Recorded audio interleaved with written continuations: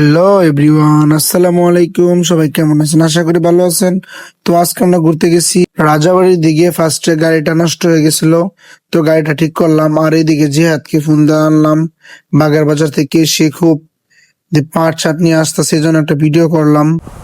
তো এখন আমরা নতুন বাজার চা খেয়ে নিলাম জিহাদ আর আমি। তো এখন আমরা ইজ্জতপুরের দিকে চলে আসলাম। ইজ্জতপুরের রাস্তায় হঠাৎ বৃষ্টি নামছিল, একটা গাছের নিচে দাঁড়ায় আছি যাতে বৃষ্টি না পড়ে।